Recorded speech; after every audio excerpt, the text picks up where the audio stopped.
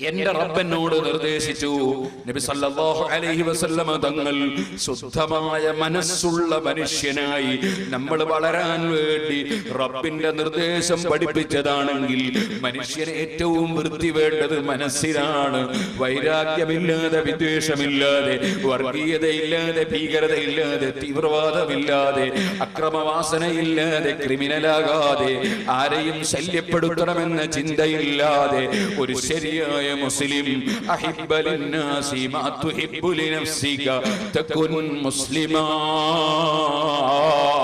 നിനക്കൊരു ശരിയായ മുസ്ലിമാകാം. അതിന് നീ എന്താ വേണ്ടത്? അഹിബ്ബ ലിന്നാസി മാ തുഹിബ്ബു ലിനഫ്സിക. നിന്റെ സ്വന്തം ശരീരത്തിന് നീ ഇഷ്ടപ്പെടുന്നത് എന്തോ അത് നീ ജനങ്ങൾക്ക് ഇഷ്ടപ്പെടുക. വിശാലമായ രൂപത്തിലാണ് നബി സല്ലല്ലാഹു അലൈഹി വസല്ലം പറഞ്ഞത്. മുസ്ലിമിന് ഇഷ്ടപ്പെടുക എന്നല്ല പറഞ്ഞത്, മനുഷ്യനെ ഇഷ്ടപ്പെടുക. മുസ്ലിം, ഹിന്ദു, ക്രിസ്തു എന്ന് പറയുന്ന വിവേചനം, ആ വിവേചനത്തിനതീതമായി മനുഷ്യ സമൂഹത്തിന് നീ ഇഷ്ടപ്പെടുക. എന്താണോ നിന്റെ ശരീരത്തിന് ഇഷ്ടപ്പെടുന്നത് അത് തന്നെ മനുഷ്യ ശരീരത്തിന് ഇഷ്ടപ്പെടുക. അഹിബ്ബ ലിന്നാസി മാ തുഹിബ്ബു ലിനഫ്സിക തകുൻ മുസ്ലിമാ. അഹിബ്ബ ലിന്നാസി മാ തുഹിബ്ബു ലിനഫ്സിക തകുൻ മുസ്ലിമാ. മനുഷ്യനെ ഇഷ്ടപ്പെടുക. ജനങ്ങൾക്ക് ഇഷ്ടപ്പെടുന്നത് ഏത് ജനങ്ങൾക്കും നിന്റെ ശരീരത്തിന് നീ ഇഷ്ടപ്പെടുന്നത് എന്താണോ അത് ഇഷ്ടപ്പെടുക. നീ നിന്റെ സ്വന്തം കാര്യം നോക്കുന്നവനാകരുത്. നിന്റെ സ്വന്തം കാര്യം ക്ലിയറാകണമെന്ന് ചിന്തിക്കരുത്. നിനക്ക് സന്തോഷമുള്ള കുടുംബജീവിതം വേണം, എന്നാൽ അത് തന്നെ എല്ലാ ജനങ്ങൾക്കും വേണം. നിനക്ക് നല്ല ആരോഗ്യം വേണം, എല്ലാവർക്കും ആരോഗ്യം വേണം. നിനക്ക് സാമ്പത്തിക പുരോഗതി വേണം, എല്ലാ ജനങ്ങൾക്കും പുരോഗതി വേണം. നിന്റെ മകൾക്ക് നല്ല വിവാഹം നടക്കണം, മറ്റുള്ളവരുടെ മക്കൾക്കും അത് നടക്കണം. നിനക്ക് നിസ്കരിക്കാൻ സൗകര്യമുള്ള പള്ളി വേണം, എന്നാൽ എല്ലാ ജനങ്ങൾക്കും അതുണ്ടാകണം. അങ്ങനെ തുടങ്ങിയോ സഹോദരന്മാരെ, സ്വന്തം ശരീരത്തിന് ഇഷ്ടപ്പെടുന്നത് മറ്റുള്ളവർക്കും ഇഷ്ടപ്പെടുക. അപ്പോഴാണ് നീ ഒരു മുസ്ലിമാകുന്നതെന്ന് നബി സല്ലല്ലാഹു അലൈഹി വസല്ലം പറഞ്ഞില്ലേ. ഈമാൻ, അതേ ആ ഈമാനിന്റെ പകുതി തന്നെ ശത്രുൽ ഈമാൻ ശുദ്ധിയാണ്, മനസ്സിന്റെ ശുദ്ധിയാണ്, മനസ്സിന്റെ ശുദ്ധിയാണ്. ഓ ഉമ്മമാരെ, ഞാൻ പറയട്ടെ, നിങ്ങളുടെ സ്വന്തം പെൺകുട്ടികൾ സമാധാനത്തോടെ ഭർത്താവിന്റെ കൂടെ ജീവിക്കണം, നിങ്ങളുടെ താല്പര്യമാണ് എങ്കിൽ നിങ്ങളുടെ മക്കളുടെ ഭാര്യമാർ, നിങ്ങളുടെ ആൺകുട്ടികളുടെ ഭാര്യമാർ അവര് സമാധാനത്തോടെ ജീവിക്കണം. അതുകൊണ്ട് തന്നെ സ്വന്തം ആൺമക്കളുടെ ഭാര്യമാരോട് വളരെ സുന്ദരമായ ജീവിതം നയിക്കണം, ഏറ്റവും നല്ല സ്വഭാവത്തിൽ പെരുമാറണം. ഇതുപോലെ ഞാൻ പറയട്ടെ, ഏത് രംഗത്തും നമുക്ക് സമാധാനം വേണം, മറ്റുള്ളവർക്കും വേണം. നമ്മുടെ വീട്ടിൽ ഒരു ചെറിയ സ്ഥലം, ആ സ്ഥലത്ത് മലിനജലം കെട്ടി നിൽക്കുന്നു. ആ മലിനജലം കെട്ടി നിൽക്കുന്നതിനാൽ അവിടെ കൊതുകുകൾ വളരുന്നു. ആ വളരുന്ന കൊതുക് അത് നമ്മുടെ വീട്ടിൽ മാത്രം വരുന്ന കൊതുകല്ല, തൊട്ടടുത്ത വീടുകളിലും ഒക്കെയും അത് പോകും. അതിന്റെ ശല്യം കൊണ്ട് ഒരു പക്ഷേ ഒരു മനുഷ്യനൊരു പനി ബാധിച്ചാൽ ഈ വെള്ളം മലിനജലം കെട്ടി നിർത്തിയ നീ അതിന് ഉത്തരവാദിയാണ്. അവന്റെ ജീവന് ഹാനി സംഭവിച്ചാൽ നിനക്കതിന് ചെറിയ പങ്കുണ്ട്. അതുകൊണ്ട് തന്നെ വീടും പരിസരവും വൃത്തിയാക്കി വെക്കൽ ഒരു മുസ്ലിമിനെ സംബന്ധിച്ചിടത്തോളം നിർബന്ധമാണ്. വസ്ത്രം വൃത്തിയാവുക എന്നത് മന്നദു ഫസൗബുഹു ഖല്ല ഹമ്മുഹു വമൻ താബ റീഹുഹു സാദ അഖ്ലുഹു. ഇമാം ശാഫിഈ റളിയല്ലാഹു അൻഹു പറഞ്ഞില്ലേ, മന്നദു ഫസൗബുഹു ഖല്ല ഹമ്മുഹു. വസ്ത്രം ഒരു മനുഷ്യന് നീറ്റായി കഴിഞ്ഞാൽ, വസ്ത്രം വൃത്തിയായി കഴിഞ്ഞാൽ അവന് ടെൻഷൻ കുറയും. വമൻ താബ റീഹുഹു സാദ അഖ്ലുഹു. ഒരു മനുഷ്യന്റെ പരിമളം നന്നായാൽ, മണം നന്നായാൽ അഖ്ല് വർദ്ധിക്കും, ബുദ്ധി വർദ്ധിക്കും. നമ്മുടെ പരിസരങ്ങൾ എപ്പോഴും വൃത്തിയുള്ളതാകണം, വൃത്തിയോടുകൂടെ സൂക്ഷിക്കാൻ കഴിയണം. വൃത്തി എന്നത് വളരെ പ്രധാനപ്പെട്ട ഒരു വിഷയമാണ്. ഞാൻ വിശദമായി കടന്ന് സംസാരിക്കുന്നില്ല. ഇസ്ലാം അത് വൃത്തിക്ക് ഏറ്റവും കൂടുതൽ പ്രസക്തി നൽകിയ മതമാണ്. എവിടെ ഒരു മുസ്ലിം പള്ളിയുണ്ടോ അവിടെയെല്ലാം ശുചീകരണത്തിന് വകുപ്പുണ്ടാകും. എവിടെ നിങ്ങൾ പോയിക്കോ ഒരു മുസ്ലിം പള്ളിയുണ്ടോ അവിടെയെല്ലാം ശുചീകരണത്തിന് വകുപ്പുണ്ടാകും. സ്വയം വിസർജിച്ചാൽ വിസർജിച്ച സ്ഥലം കഴുകി വൃത്തിയാക്കണമെന്ന് പഠിപ്പിച്ച മതമാണ് ഇസ്ലാം. ശരീരത്തിന്റെ ഒരു ഭാഗത്തും മാലിന്യം ഒരിക്കലും ഉണ്ടാകരുത്. വസ്ത്രത്തിൽ മാലിന്യം ഉണ്ടാകരുത്. ഒരു മനുഷ്യൻ മാലിന്യമെടുത്ത് ശരീരത്തിൽ പുരട്ടിയാൽ അത് ഹറാമാണെന്ന് പഠിപ്പിച്ച മതമാണ് ഇസ്ലാം. ഓ സഹോദരന്മാരെ, നമ്മൾ ഓർക്കണം, വൃത്തിക്ക് ഏറ്റവും കൂടുതൽ പ്രസക്തി നൽകിയ മതമാണ് ഇസ്ലാം.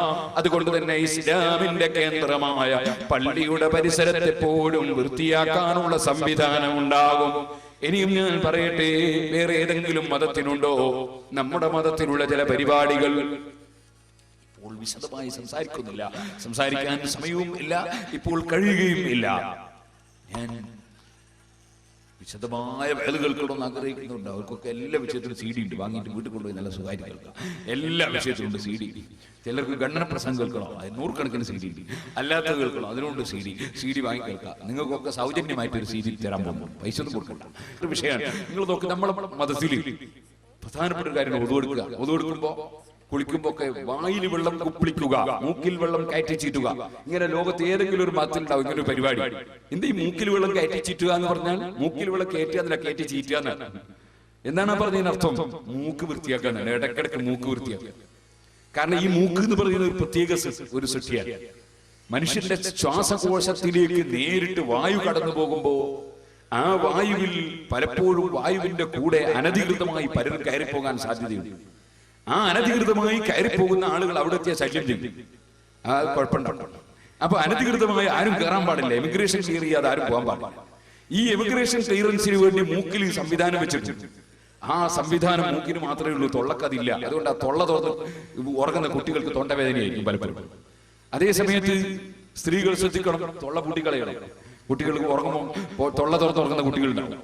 അവര് മൂക്ക് കൂടെ തന്നെ ശ്വാസം കഴിപ്പിച്ച് പഠിപ്പിക്കണം, അല്ലെങ്കിൽ തൊണ്ടക്ക് അസുഖം വരും. എന്നെ മൂക്കിന് പ്രത്യേക സംവിധാനം. മോശമായ സാധനങ്ങൾ കടന്നു പോകുമ്പോ സെക്യൂരിറ്റി ചെക്ക്, ആ ചെക്ക് കഴിഞ്ഞിട്ടേ അങ്ങോട്ട് വിടുള്ളൂ. ആ സെക്യൂരിറ്റി ചെക്ക് കഴിഞ്ഞിട്ട് ചിലരൊക്കെ എമിഗ്രേഷൻ പാസ്സായിട്ട് അവിടെ തന്നെ നിന്നു.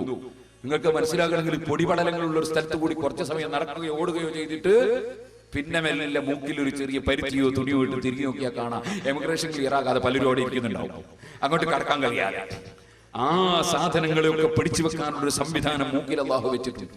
പക്ഷെ അതിങ്ങനെ മൂക്കിൽ തന്നെ തടിച്ചു കിടന്നാലോ, അവിടെ തന്നെ ഇങ്ങനെ തടിച്ചു കിടന്നാൽ അത് വലിയ അപകടം ചെയ്യൂലേ. അതുകൊണ്ട് അത് ഇടയ്ക്കിടയ്ക്ക് വൃത്തിയാക്കി പുറത്തേക്ക് തള്ളിവിടണം, തിരിച്ചു കയറ്റണം. അതിന് തിരിച്ചു കയറ്റണം. തിരിച്ചു വരുമ്പോ ഈ എമിഗ്രേഷൻ ക്ലിയർ ആകാത്ത ആൾക്കാർ ദുബൈയിലൊക്കെ എയർപോർട്ടിൽ കുടുങ്ങിയാൽ അവർ പലപ്പോഴും അങ്ങനെ ഇങ്ങോട്ട് വരുമ്പോൾ റിട്ടേൺ ടിക്കറ്റ് ഉണ്ടെങ്കിൽ അവരെ തിരിച്ചയക്കാൻ പറ്റും. ഇല്ലേ വേറെ ആർക്കും ടിക്കറ്റ് അവിടെ എത്തിച്ചു കൊടുക്കേണ്ടി വരും. ഇത് മൂക്കുന്ന ആരും റിട്ടേൺ ടിക്കറ്റ് കൊടുക്കൂല. അതുകൊണ്ട് ഇടയ്ക്കിടയ്ക്ക് നമ്മൾ തന്നെ പോയിട്ട് മൂക്കുന്ന ഇങ്ങനെ എടുത്ത് വൃത്തിയാക്കാം. അതിനുള്ള സംവിധാനമാണ് മൂക്കിൽ വെള്ളം കയറ്റിച്ചീറ്റുക. ഈ മൂക്കിൽ വെള്ളം കയറ്റിച്ചിട്ട് അങ്ങനെ ഒരു സംവിധാനം ഒരു മതത്തിന്റെ ആചാരമായി തന്നെ പരിശുദ്ധ ഇസ്ലാം നിർദ്ദേശിച്ചു വെച്ചിരിക്കുകയാണ്. കാരണം മൂക്ക് എപ്പോഴും വൃത്തി വേണം. വായിൽ വെള്ളം കുപ്പിളിക്കണം, എന്നിട്ട് തുപ്പിക്കളയണം. തൊള്ള വൃത്തിയാക്കാൻ സംവിധാനം, പല്ല് തേക്കാൻ സംവിധാനം, അത് പ്രത്യേകം സുന്നത്ത്. പല്ല് തേക്കൽ ഞാനതാണല്ലോ പറഞ്ഞു, പല്ല് തേക്കൽ. പക്ഷെ ഞാനിവിടെ പറഞ്ഞു വന്ന വിഷയം നിങ്ങൾ പറഞ്ഞോന്നറിയില്ല. ഈ പല്ല് തേക്കുക എന്ന് പറയുന്ന വൃത്തിയാക്കി പല്ല് തേക്കൽ എല്ലാവരും പല്ലിയേക്കും, എല്ലാ മതക്കാരും പല്ലിയേക്കും. ചിലർ കുറച്ച് കുറയും, ചിലർ കൂടുതലുണ്ടാവുന്ന മാത്രമേ ഉള്ളൂ. പല്ല് തേക്ക് ഇങ്ങനൊക്കെ പല്ല് തേച്ചിട്ടു നമ്മുടെ ദന്താശുപത്രികളിൽ ചെന്ന് നോക്കുമ്പോ ഒരുപാട് ആളുകൾ പല്ലിന് രോഗമായി, പല്ലിന് കേടായിട്ട് ധരിപ്പിച്ചിരിക്കുന്നു എന്നാണ് ഞാൻ പറഞ്ഞത്. അതേ സമയത്ത് നിങ്ങൾ ആലോചിച്ചിട്ടുണ്ടോ, നമ്മൾ ഏതെങ്കിലും ഒരു മൃഗാശുപത്രിയിൽ ഏതെങ്കിലും ഒരു പോത്ത് അല്ലെങ്കിൽ ഏതെങ്കിലും ഒരു എരുമ അല്ലെങ്കിൽ ഒരു പശു പല്ലിന് കേടായിട്ട് പല്ലെടുപ്പിക്കാൻ വേണ്ടി വന്നതായി നിങ്ങൾ അവരും കണ്ടിരുന്നു? ഒരു പശു പല്ലിന് കേടായിട്ട് വന്ന് പല്ലെടുക്കാൻ വേണ്ടി ഇങ്ങനെ പല്ലും ധരിപ്പിച്ചിട്ട് നമ്മൾ ഇരിക്കും പോലെ ഇരിക്കുന്ന ഏതെങ്കിലും ഒരു പശുവിനെയോ കാളയോ അല്ലെങ്കിൽ ഏതെങ്കിലും ആട്ടിനെയോ നിങ്ങൾ ആരെങ്കിലും കണ്ടിരുന്നു? ഞാൻ ഇതുവരെ എന്റെ ജീവിതത്തിൽ കണ്ടില്ല. അതായത് അതിന് പല്ലിന് അല്ലാഹു തആല നമ്മളെ പല്ല് പോലെ കേടുകളും രോഗങ്ങളും അല്ലാഹു നൽകുന്നില്ല. എന്താ കൊടുക്കാത്തതിന്റെ കാരണം? കൊടുക്കാത്തതിന്റെ കാരണം അതിന് പല്ലിന് കേടുവരാൻ കാരണമാകുന്ന പല്ല് തേക്കാതിരിക്കുക എന്ന് പറയുന്ന വിഷയം, അത് വാസ്തവത്തിൽ ജീവിതത്തിൽ ഒരിക്കലും ഒരൊറ്റ പശു പല്ല് തേച്ചിട്ടില്ല, ഒരാടും പല്ല് തേച്ചിട്ടില്ല, ഒരു പോത്തും പല്ല് തേക്കാറില്ല. എന്നിട്ടും അതിന്റെ പല്ലിന് ഒരു കേടുമില്ല. അത് സുഖസുന്ദരമായി ജീവിക്കേണ്ട ഒരു ദന്താശുപത്രിയിലും ഒരു പശുവും പോകുന്നില്ല. എന്താ? അവിടെയാണ് അല്ലാഹ് അവന്റെ നിയന്ത്രണവും അവന്റെ അധികാരവും അവന്റെ ഭരണവും നമുക്ക് ബോധ്യപ്പെടുന്ന ഒരു രംഗമാണ്. മനുഷ്യന് പല്ല് തേക്കാൻ പറ്റുന്ന കൈ അല്ലാഹു നൽകിയിട്ടുണ്ട്. പശുവിന് പല്ല് തേക്കാൻ പറ്റുന്ന കൈ അല്ലാഹു കൊടുത്തിട്ടില്ല. പശു പല്ലേക്കാൻ ആലോചിച്ചു, പശു പല്ലേക്കും എങ്ങനെ ഉണ്ടാവും? നമ്മൾ കാലുകൊണ്ട് പല്ലേക്കുന്ന മാതിരി ഉണ്ടാവും. അപ്പൊ പശുവിന് പല്ല് തേക്കാനുള്ള കൈ അല്ലാഹു നൽകിയിട്ടില്ല. പിന്നെയോ പശുവിന് ഒരൊറ്റ ബ്രഷ് ഇറക്കുന്ന കമ്പനിയും ഇല്ല. പിന്നെയോ ഈ പശുവിന് ബ്രഷ് ഒരു മുസാക്ക് ചെത്തിയെടുക്കാൻ പറ്റുന്ന അതിലെ കയ്യുമില്ല. ആ പശുവിനെ സംബന്ധിച്ചിടത്തോളം പല്ല് തേക്കാതെ തന്നെ പല്ലിന് അല്ലാഹു ആരോഗ്യം നൽകുകയാണ്. മനുഷ്യന് പല്ല് തേച്ചില്ലെങ്കിൽ പല്ലിന്റെ ആരോഗ്യം നശിക്കും. തേച്ചാൽ തന്നെയും പലപ്പോഴും പല്ലിന്റെ ആരോഗ്യം നശിച്ചതായിട്ടാണ് നാം കാണുന്നത്. മനുഷ്യനും മൃഗങ്ങളും തമ്മിൽ വ്യത്യാസമാണ്. മനുഷ്യന് കാറ്റലോഗുണ്ട്. മനുഷ്യൻ പല്ല് തേക്കണമെന്ന നിർദ്ദേശമുണ്ട്. മനുഷ്യന് വായിൽ വെള്ളം കുപ്പിളിക്കണമെന്ന നിർദ്ദേശമുണ്ട്. മനുഷ്യന് മൂക്കിൽ വെള്ളം കയറ്റി ചീറ്റണമെന്ന നിർദ്ദേശമുണ്ട്. ഈ നിർദ്ദേശങ്ങളൊന്നും പശുക്കൾക്കില്ല, ആടുകൾക്കില്ല. കാരണം മനുഷ്യൻ വിശേഷ ബുദ്ധി നൽകപ്പെടുകയും അതിന്റെ പുറമെ ശാരീരികമായി തന്നെ മറ്റ് ജീവജാലങ്ങളിൽ വ്യത്യസ്തമായി വലിയ അനുഗ്രഹം നൽകപ്പെടുകയും ചെയ്ത ഏറ്റവും ഉത്കൃഷ്ട ജീവിയാണ് മനുഷ്യൻ. ആ മനുഷ്യൻ ലോകത്തിന്റെ സൃഷ്ടാവായ അല്ലാഹുവിനെ അറിയണം. അതറിയാൻ വന്നുർ ഇലാ നഫ്സിക ثم انتقلي للعالم العلوي ثم السفلي تجد به صنعا بديع الحكم لكن به قام دليل العدم. മനുഷ്യൻ സ്വന്തം ശരീരത്തെ കുറിച്ച് ചിന്തിക്കണം, ഭൂമിയെ കുറിച്ച് ചിന്തിക്കണം, ഭൂമിയിലുള്ളതിനെ കുറിച്ച് ചിന്തിക്കണം, ഉപരിമണ്ഡലങ്ങളെ കുറിച്ച് ചിന്തിക്കണം, സസ്യങ്ങളെ കുറിച്ച് മത്സ്യങ്ങളെ കുറിച്ച് ചിന്തിക്കണം. സുബ്ഹാനല്ലാഹ്, പറഞ്ഞത് തീരൂല. ഭൂമിയെ സംബന്ധിച്ച് വൈലൽ അർളി കൈഫ ഖുലിഖത്, അതേ അല്ലാഹുവിന്റെ ഖുർആൻ പറഞ്ഞില്ലേ, അഫലാ യൻദുറൂന ഇലൽ ഇബ്നി കൈഫ ഖുലിഖത് വഇലസ് സമാഇ കൈഫ റുഫിഅത് വഇലൽ ജിബാലി കൈഫ നുസിബത് വഇലൽ അർളി കൈഫ സുതിഹത്. ഓരോന്നിനെ കുറിച്ചും ചിന്തിക്കണം. വാഹനങ്ങളെ കുറിച്ച് ചിന്തിക്കണം, ഒട്ടകങ്ങളെ കുറിച്ച് ചിന്തിക്കണം, മൃഗങ്ങളെ കുറിച്ച് ചിന്തിക്കണം. ഇരിക്കട്ടെ, അവൻ ജീവിക്കുന്ന ഭൂമിയെ കുറിച്ച് ചിന്തിക്കണം. എന്താണ് ഭൂമിയുടെ അവസ്ഥ? സുബ്ഹാനല്ലാഹ്, ശുദ്ധമായ വെള്ളം ഭൂമിയുടെ ഉള്ളിൽ അല്ലാഹു ധാരാളം മനുഷ്യന് വെച്ചിരിക്കുന്നു. ആ ഭൂമിയിൽ തന്നെയാണ് മനുഷ്യൻ മാലിന്യങ്ങൾ മുഴുവനും തള്ളിയിടുന്നത്. എല്ലാ മാലിന്യങ്ങളും സ്വീകരിക്കാനും ഭൂമിയിലുള്ള സംവിധാനം വെച്ചിരിക്കുന്നു. മറുഭാഗത്ത് ശുദ്ധമായ വെള്ളം ഭൂമിയിൽ നിന്ന് തന്നെ അല്ലാഹു നൽകുന്നു. ആ ഭൂമിയിൽ തന്നെ ഒരേ വളവും ഒരേ വെള്ളവും ലഭിച്ചു നീങ്ങുന്ന ഒരേ സ്ഥലത്ത് തന്നെ ഒരു ഭാഗത്ത് കാഞ്ഞിരം, കഴിച്ചിട്ട് തൊടാൻ പറ്റാത്ത കായ, മറുഭാഗത്ത് സഹോദരന്മാരെ പുറത്തതാ കരിമ്പ്, അതിന്റെ അപ്പുറത്തതാ നല്ല മധുരമുള്ള മാങ്ങ, അതിന്റെ ഇപ്പുറത്തതാ പുളിക്കുന്ന പുളി, അതിന്റെ അപ്പുറത്തതാ കാഞ്ഞിരത്തിന്റെ കായ, അതിന്റെ ഇപ്പുറത്തതാ സുബ്ഹാനല്ലാഹ് എരിഞ്ഞിട്ട് തൊടാൻ പറ്റാത്ത പറങ്കിമുളക്, അതിനപ്പുറത്തതാ മരുന്ന്, അതിനിപ്പുറത്തതാ ഈന്ത്. സുബ്ഹാനല്ലാഹ്, ഒരു കൊല്ലം കഴിയാതെ തിന്നാൻ പറ്റൂല അങ്ങനെ ഒരു സാധനം. സുബ്ഹാനല്ലാഹ്, എന്തെല്ലാം സാധനങ്ങളാണ് ഒരേ മണ്ണിൽ തന്നെ ഒരേ വളം കൊണ്ട് തന്നെ ഒരു ഭൂമിയിൽ തന്നെ അല്ലാഹു സംവിധാനിച്ചത്. എന്തെല്ലാം വസ്തുക്കളാണ് ആ ഭൂമിയിൽ. മനുഷ്യനെ സൃഷ്ടിക്കപ്പെട്ടത് തന്നെ ഭൂമിയിൽ നിന്ന്. മിൻഹാ ഖലഖനാകും വമിൻഹാ നുഈദുകും, മനുഷ്യനെ കൊണ്ടുപോയി വിട്ടേക്കുന്നതും അവിടെ തന്നെ. വമിൻഹാ നുഖ്രിജുകും താറതൻ ഉഖ്റാ, ആ മണ്ണിൽ നിന്ന്